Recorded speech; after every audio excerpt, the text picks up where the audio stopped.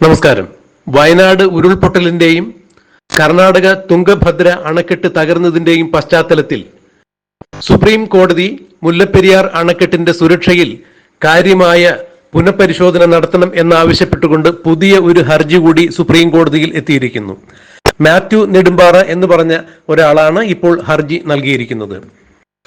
Supreme കോടതിയെ സംബന്ധിച്ചിടത്തോളം ഇതുവരെ ഉണ്ടായിട്ടുള്ള മുൻകാല വിധികൾ നിയമപരമായി തെറ്റാണെന്നും 2006, 2014 വിധികൾ റദ്ദാക്കണം എന്നുകൂടിയാണ് മാത്യു നെടുമ്പാറ തന്റെ ഹർജിയിൽ ആവശ്യപ്പെട്ടിരിക്കുന്നത്.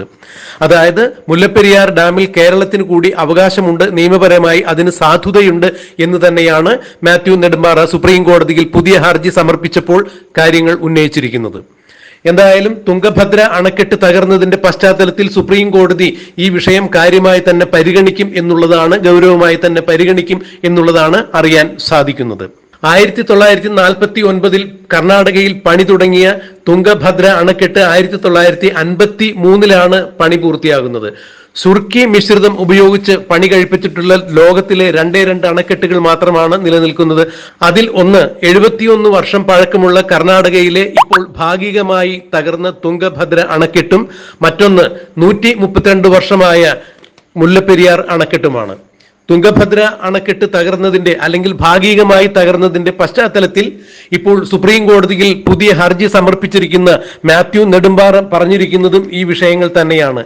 മുല്ലപ്പെരിയാർ വിഷയത്തിൽ സുപ്രീം കോടതിയിൽ നിന്നുണ്ടായ മുൻകാല വിധികൾ റദ്ദാക്കണം എന്ന് തന്നെയാണ് ഇപ്പോൾ മാത്യു നെടുമ്പാറ പറഞ്ഞിരിക്കുന്നത്.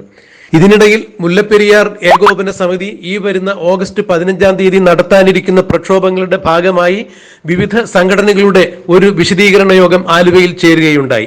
ഈ വിശദീകരണ യോഗത്തിൽ മുല്ലപ്പെരിയാർ ഏകോപന സമിതിയുടെ ചെയർമാനായ അഡ്വക്കേറ്റ് റസൽ ജോയി വളരെ വിശദമായി തന്നെ മുല്ലപ്പെരിയാർ വിഷയത്തിൽ കോടതിയും തമിഴ്നാടും സ്വീകരിക്കുന്ന വിഷയങ്ങളെക്കുറിച്ച് സംസാരിക്കുകയുണ്ടായി. സുപ്രീം കോടതിയിൽ തമിഴ്നാടിനെ ജയിപ്പിക്കുക, തമിഴ്നാടിന്റെ വാദങ്ങൾ ജയിപ്പിക്കുക എന്നുള്ള നിലപാടാണ് കേരളത്തിൽ മാറി മാറി വന്നിരിക്കുന്ന എല്ലാ സർക്കാരുകളും മുല്ലപ്പെരിയാറിന്റെ കാര്യത്തിൽ കൈക്കൊണ്ടിട്ടുള്ളത് എന്നാണ് റസൽ ജോയി പറഞ്ഞത്.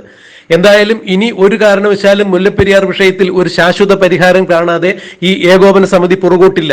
ഓഗസ്റ്റ് 15 പെരിയാറിന് കുറുകെ ജനങ്ങളെ അണിനിരത്തിക്കൊണ്ട് മുല്ലപ്പെരിയാറിൽ ശാശ്വതമായ പരിഹാരം വേണമെന്ന് ആവശ്യപ്പെട്ടുകൊണ്ട് വമ്പിച്ച പ്രക്ഷോഭം നടത്തുവാൻ തന്നെയാണ് ഏകോപന സമിതി തീരുമാനിച്ചിരിക്കുന്നത് എന്ന് ചെയർമാൻ അഡ്വക്കേറ്റ് റസൽ ജോയി തുറന്നടിച്ചു. മുല്ലപ്പെരിയാറിലെ ചപ്പാത്ത് മുതൽ പെരിയാർ കടന്നു പോകുന്ന ഏതെല്ലാം ഭാഗങ്ങളിൽ പാലങ്ങളുണ്ടോ അവിടെയെല്ലാം പ്രതിഷേധമായി ജനങ്ങൾ അണിനിരക്കും എന്ന് തന്നെയാണ് ഇപ്പോൾ അഡ്വക്കേറ്റ് റസൽ ജോയി അറിയിച്ചിരിക്കുന്നത്. മുല്ലപ്പെരിയാർ സുരക്ഷിതമല്ല എന്ന് കേരളം പറയുന്നതോടൊപ്പം തന്നെ തമിഴ്നാടും മറ്റൊരു വാദം സുപ്രീം കോടതിയിൽ ഉന്നയിച്ചിട്ടുണ്ട്. അത് ഇങ്ങനെയാണ്: കേരളം ഒരു കാരണവശാലും മുല്ലപ്പെരിയാറിൽ മരാമത്ത് പണികൾ നടത്തുവാൻ വേണ്ടി, അതായത് മുല്ലപ്പെരിയാറിന്റെ ബലക്ഷയമുണ്ടായ ഭാഗങ്ങളിൽ മരാമത്ത് പണികൾ നടത്തുവാൻ കേരളം അനുവദിക്കുന്നില്ല എന്നാണ് അവർ പറഞ്ഞത്. ഇത് റസൽ ജോയി തന്റെ പ്രസംഗത്തിൽ പറയുമ്പോൾ മറ്റൊരു കാര്യം കൂടി അദ്ദേഹം എടുത്തു പറയുന്നു. മുല്ലപ്പെരിയാറിന്റെ ബലക്ഷയമുണ്ടായ ഭാഗങ്ങളിൽ മരാമത്ത് പണികൾ നടത്തുവാൻ, അതായത് അതിന്റെ സുരക്ഷ ഒരുക്കുവാൻ വേണ്ടി തമിഴ്നാടിനെ അനുവദിക്കുന്നില്ല എന്ന് തമിഴ്നാടിന്റെ ഭാഗത്ത് നിന്നും ഇങ്ങനെയൊരു ആവശ്യം ഉയരുമ്പോൾ തന്നെ മുല്ലപ്പെരിയാർ സുരക്ഷിതമല്ല എന്ന ഒരു അഭിപ്രായം അവർക്ക് കൂടി ഉണ്ട് എന്നാണ് റസൽ ജോയി എടുത്തു പറഞ്ഞത്. മുല്ലപ്പെരിയാർ സുരക്ഷിതമല്ല എന്ന് തമിഴ്നാടിനും അറിയാം. പിന്നെ എന്തുകൊണ്ടാണ് മുല്ലപ്പെരിയാർ അവിടെ നിലനിർത്തണം? കേരളത്തിലെ 35 ലക്ഷം ജനങ്ങളുടെ ജീവനും സ്വത്തിനും ഭീഷണിയായി എന്തിനാണ് മുല്ലപ്പെരിയാർ പിന്നെ അവിടെ നിലനിർത്തണം എന്ന് തമിഴ്നാട് വാശി പിടിക്കുന്നത് എന്ന് മനസ്സിലാകുന്നില്ല എന്നാണ് അഡ്വക്കേറ്റ് റസൽ ജോയി പറഞ്ഞത്.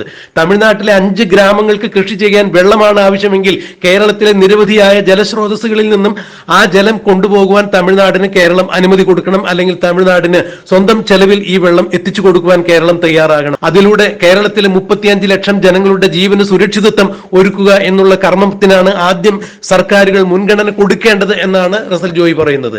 മുല്ലപ്പെരിയാർ വിഷയത്തിൽ മാറി മാറി വന്നിട്ടുള്ള എല്ലാ സർക്കാരുകളും ഒളിച്ചുകളി നടത്തിയിട്ടുണ്ട് എന്നുകൂടി അഡ്വക്കേറ്റ് റസൽ ജോയി പറയുന്നു. എന്തായാലും ഇനി മുല്ലപ്പെരിയാർ വിഷയത്തിൽ പുറകോട്ട് പോകാൻ ഒരുക്കമല്ല എന്ന് മുല്ലപ്പെരിയാർ ഏകോപന സമിതി ചെയർമാൻ അഡ്വക്കേറ്റ് റസൽ ജോയി പറയുകയും മുല്ലപ്പെരിയാർ വിഷയത്തിൽ സുപ്രീം കോടതിയിൽ മാത്യു നെടുമ്പാറയുടെ പുതിയൊരു ഹർജി കൂടി വരികയും ചെയ്തതോടുകൂടി മുല്ലപ്പെരിയാർ വിഷയത്തിൽ കേരളം ഉദ്ദേശിക്കുന്നത് പോലെ അതിന് ശാശ്വതമായ ഒരു പരിഹാരം സുപ്രീം കോടതി കണ്ടെത്തും എന്ന് തന്നെയാണ് കേരളത്തിന്റെ പ്രതീക്ഷ.